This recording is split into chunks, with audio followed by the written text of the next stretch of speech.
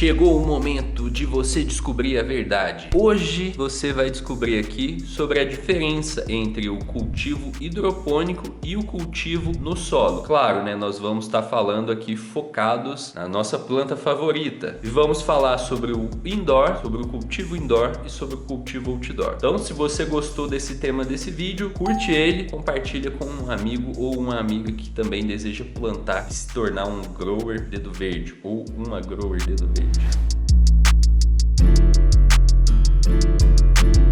Salve, salve para você que não me conhece. Meu nome é Jean Silva, sou fundador aqui desse canal. E se você deseja plantar a sua planta, ficar livre do prensado, ter flores lindas e resinadas, se tornar um grower dedo verde, pode ser que na sua cabeça tenha surgido a dúvida: será que eu uso o cultivo no solo ou será que eu uso o cultivo hidropônico? Eu vou te falar aqui quais são as diferenças técnicas e quais são as diferenças conceituais do tipo, mais fácil, é mais difícil ter colheitas, colheita fica maior, fica menor. Vou compartilhar isso com você para te ajudar na decisão do que você vai fazer com o seu cultivo, para você ter suas flores lindas e resinadas. Bom, tecnicamente, qual é a diferença do cultivo hidropônico e do cultivo no solo? Cultivo hidropônico é um cultivo em água. Hidro vem de água. Então, hidropônico é um cultivo baseado em água, onde os nutrientes são dados para aquela planta através de água. Às vezes tem solo e às vezes não tem solo. Por exemplo, pode ter um hidropônico que tem um solo só de coco. É um solo inerte, mas é um solo. Tem um cultivo hidropônico que tem turfa. Tem um cultivo hidropônico que tem turfa. E tem um cultivo hidropônico que usa, por exemplo, a espuma fenólica, que usa a argila expandida, onde a raiz ela não fica em contato com nenhum solo, ela fica flutuando na água, ou no caso da espuma, ela fica dentro da espuma fenólica ou da lã de rocha. Então ela fica protegida, a raiz sempre tem que estar protegida, ela nunca vai estar exposta, ela vai estar com algum substrato ou algum meio de cultivo, mas ela vai estar sendo mantida com água e nutrientes. Então o nutriente vem junto com a água, certo? O cultivo no solo, você vai usar terra, você vai usar um solo com mais misturas. Então é um solo que vai demorar mais a secar, é um solo que às vezes vai ter nutrientes, às vezes você pode usar fertilizante também no solo, mas às vezes o seu solo é um solo orgânico que já tem nutrientes. Então isso pode acontecer. Basicamente, cultivo no solo usa o solo, cultivo hidropônico é baseado em água e os nutrientes são dados para a planta através da água. Beleza. E quais são as diferenças conceituais? Qual que é o melhor? O cultivo hidropônico é o cultivo no solo? Na minha opinião, não existe melhor nem pior. Existe uma questão de identificação, então você se identificar com aquele tipo de cultivo, e existe uma questão também de quanta habilidade você tem e de quanto tempo você quer gastar nesse cultivo e tal. O que eu tenho que te falar aqui? Os dois tipos de cultivo conseguem render ótimas colheitas, excelentes colheitas nos dois tipos de cultivo. Você consegue ficar livre do prensado, você consegue ter suas flores lindas e resinadas nos dois tipos de cultivo. Sabendo disso, qual que é o mais fácil de cultivar? O mais fácil de cultivar, principalmente no início, é o cultivo no solo, usando o solo. Por quê? Porque a planta fica mais tolerante, você consegue cuidar dela. Se acontecer algum erro, ela vai demorar um tempo até apresentar sintomas daquele erro, você consegue corrigir, recuperar a planta e ela volta ao normal ali de boa. E também você tem menos variáveis que você tem que olhar. Você não tem que olhar o EC, você não tem que olhar o runoff,